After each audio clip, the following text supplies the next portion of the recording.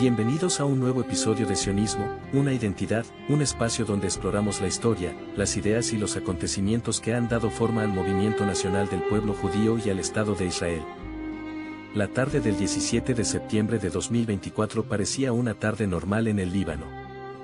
En Beirut, en los suburbios controlados por Hezbolá, en el sur del país y en distintos centros operativos de la organización.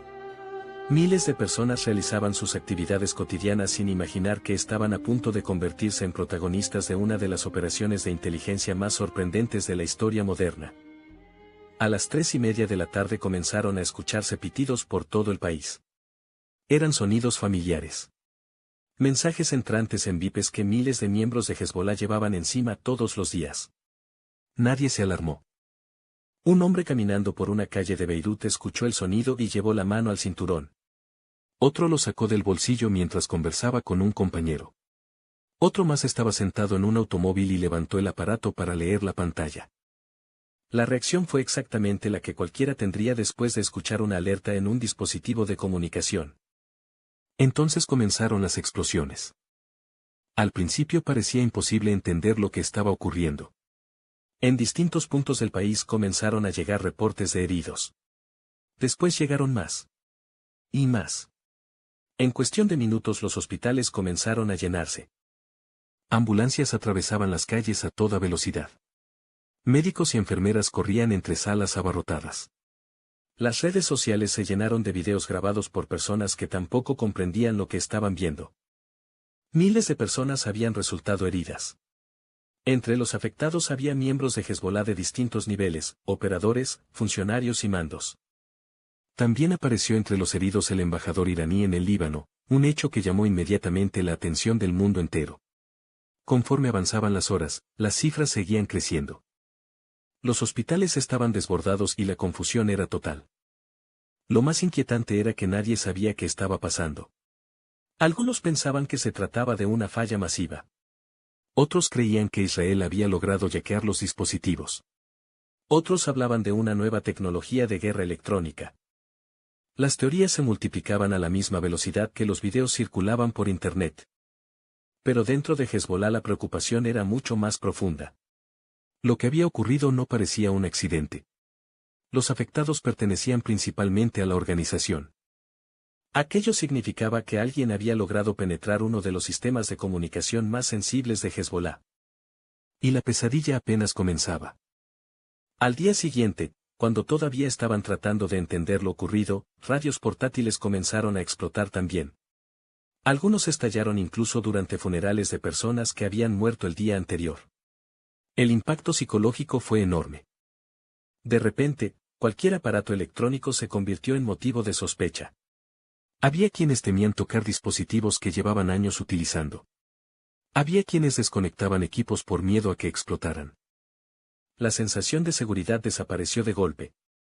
Para comprender cómo se llegó a ese punto hay que retroceder varios años y comenzar con una persona que, sin saberlo, ayudó a construir la trampa que terminaría golpeando a su propia organización. Esa persona era Hassan Nasrallah. Durante años, Nasrallah había advertido públicamente sobre los peligros de los teléfonos celulares. Estaba convencido de que Israel utilizaba los teléfonos para localizar a sus enemigos. Temía que las llamadas revelaran ubicaciones, que los mensajes fueran interceptados y que los teléfonos se convirtieran en una herramienta de vigilancia. Por esa razón comenzó a promover métodos de comunicación alternativos. Cuanto menos dependiera Hezbolá de los celulares, más segura estaría la organización. La lógica parecía impecable. Los vipes eran simples. Eran antiguos. No estaban conectados a Internet. Parecían una tecnología olvidada en un mundo dominado por teléfonos inteligentes. Precisamente por eso parecían seguros. Lo que Nasrallah no sabía era que mientras impulsaba el uso de esos dispositivos, alguien estaba observando atentamente. La historia que se fue conociendo después parece sacada de una novela de espionaje. No comenzó con explosivos. No comenzó con detonadores. Comenzó con una idea. La idea era extraordinariamente simple y extraordinariamente difícil al mismo tiempo. En lugar de intentar infiltrarse dentro de Hezbolá, ¿por qué no hacer que Hezbolá comprara voluntariamente aquello que algún día sería utilizado contra él? La operación necesitaba algo más que una empresa falsa. Necesitaba parecer parte del comercio normal de equipos de comunicación. Por eso apareció el nombre de una compañía taiwanesa real, Gold Apollo, una marca conocida en el mercado de VIPes. La empresa de Taiwán no sabía que su nombre estaba siendo utilizado dentro de una operación de inteligencia. Desde afuera, todo parecía una cadena comercial legítima, con licencias, intermediarios y proveedores aparentemente normales. Allí entraba la empresa Pantalla. Una compañía registrada fuera de Israel, con apariencia de negocio real, documentación, contactos y actividad comercial. No era solamente una fachada vacía.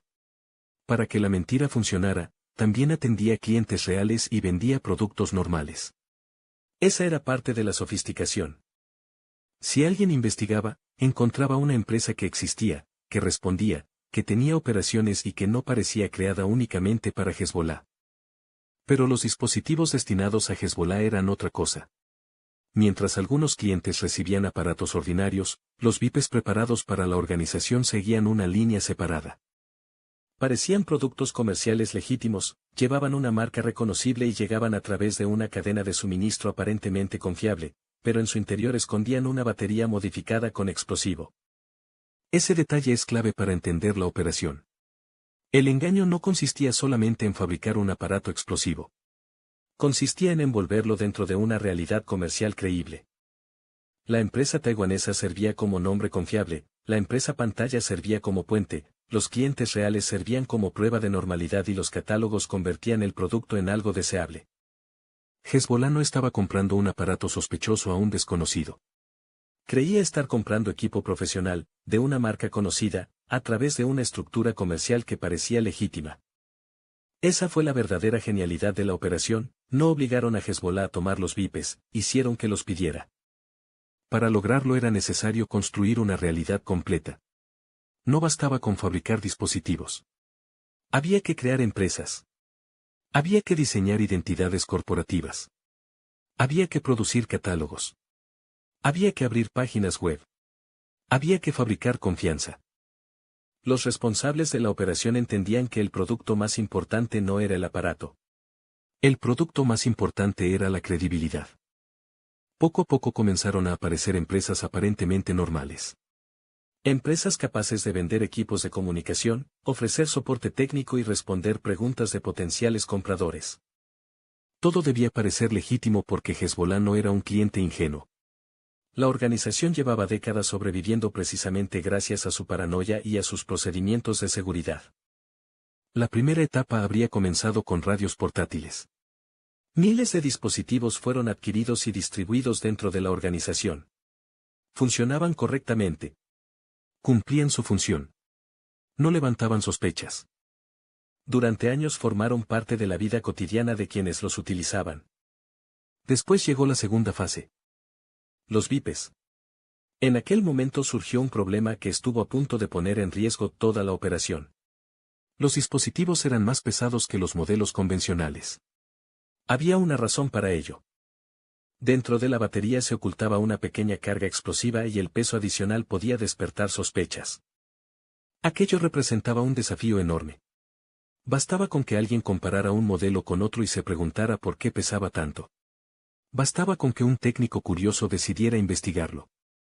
La solución fue tan sencilla como brillante. En lugar de ocultar el peso, decidieron convertirlo en una ventaja comercial.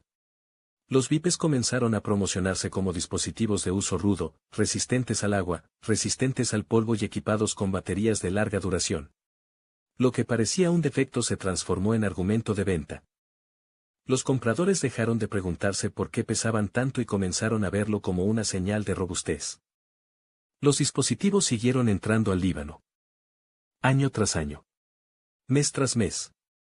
Mientras tanto, Nasrallah continuaba impulsando el uso de VIPes y restringiendo los teléfonos celulares. Cuanto más desconfiaba de los celulares, más dependía Hezbollah de los dispositivos que estaban siendo introducidos en su estructura. La ironía era extraordinaria. La medida diseñada para aumentar la seguridad estaba fortaleciendo la vulnerabilidad. Con el tiempo, miles de aparatos terminaron distribuidos entre miembros de Hezbollah. Los utilizaban para coordinar movimientos, recibir mensajes y mantener comunicaciones internas. Se habían convertido en parte del paisaje cotidiano de la organización. Pero toda operación de inteligencia tiene un enemigo inevitable, el tiempo. Cada día adicional aumentaba el riesgo de ser descubierto. Cada revisión técnica representaba una amenaza. Cada inspección podía arruinar años de preparación. Al parecer comenzaron a surgir pequeñas señales que preocupaban a quienes dirigían la operación. Algunos usuarios notaban comportamientos extraños en las baterías. Había indicios de que ciertas personas dentro de Hezbollah empezaban a hacerse preguntas. No está claro cuántos sabían ni qué habían descubierto exactamente, pero todo indica que el margen de seguridad comenzaba a reducirse. Y entonces llegó el momento de actuar.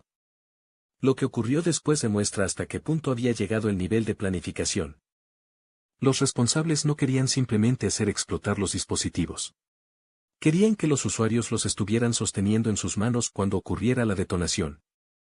Para conseguirlo estudiaron incluso el tono de alerta que emitirían los aparatos.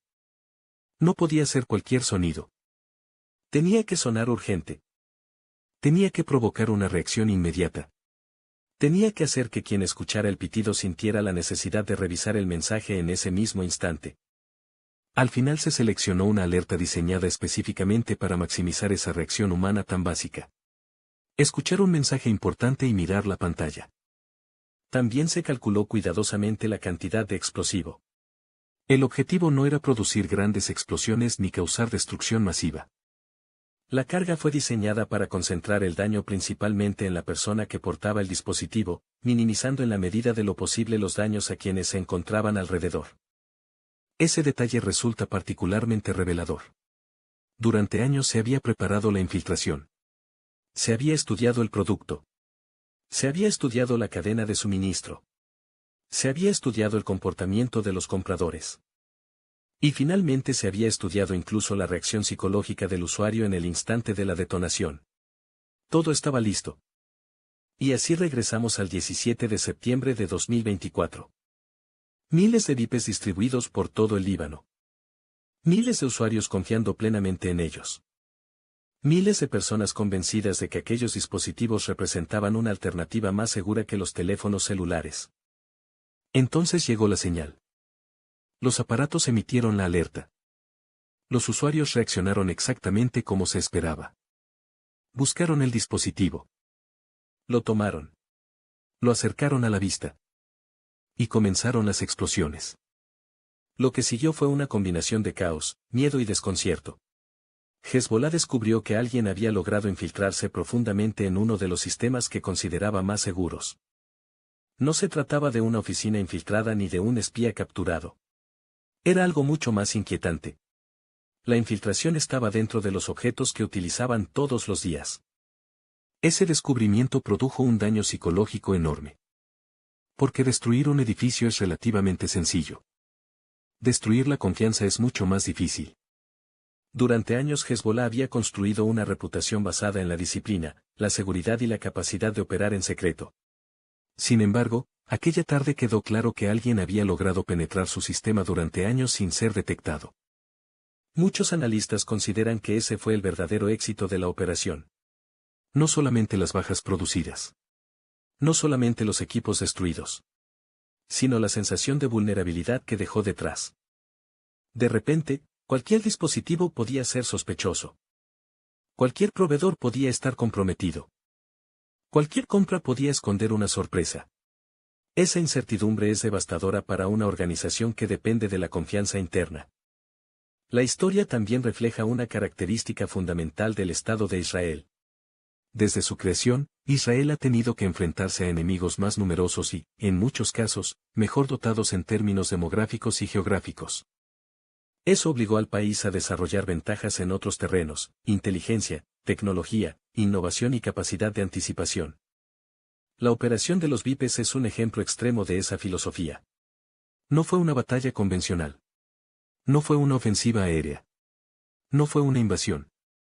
Fue una guerra librada silenciosamente durante años dentro de cadenas de suministro, empresas comerciales y decisiones de compra.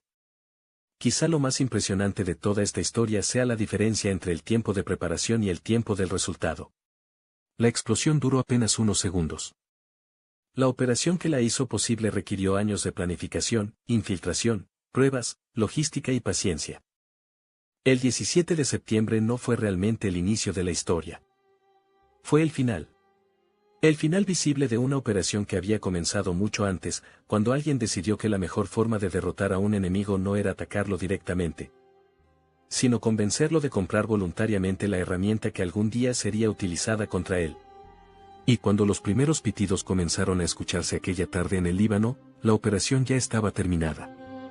Todo lo demás ocurrió en cuestión de segundos. Gracias por acompañarnos en este episodio de Sionismo, una identidad. Si te gustó este contenido, te invitamos a compartirlo, seguir el podcast y ayudarnos a que más personas conozcan estas historias que han marcado la historia moderna de Israel y del pueblo judío. Nos escuchamos en el próximo episodio de Sionismo, una identidad.